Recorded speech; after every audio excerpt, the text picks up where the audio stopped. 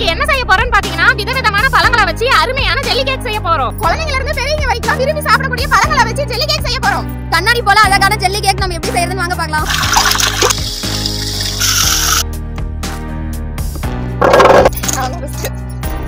செய்ய போறோம். ஜெல்லி கேக்குக்கு வந்து ஜெல்லி ரெடி பண்ணி எடுத்துக்கலாம். அதுக்கு வந்து தண்ணீர் சேர்த்துக்கலாம். தண்ணீர் சூடாயிடுச்சு. ஜெல்லி ரெடி பண்றதுக்கு சக்கரை சேர்த்துக்கலாம். ஜெல்லி கேக் செய்யறதுக்கு முக்கியமான பொருளே பாத்தீங்கன்னா கடல் பாசி தான்.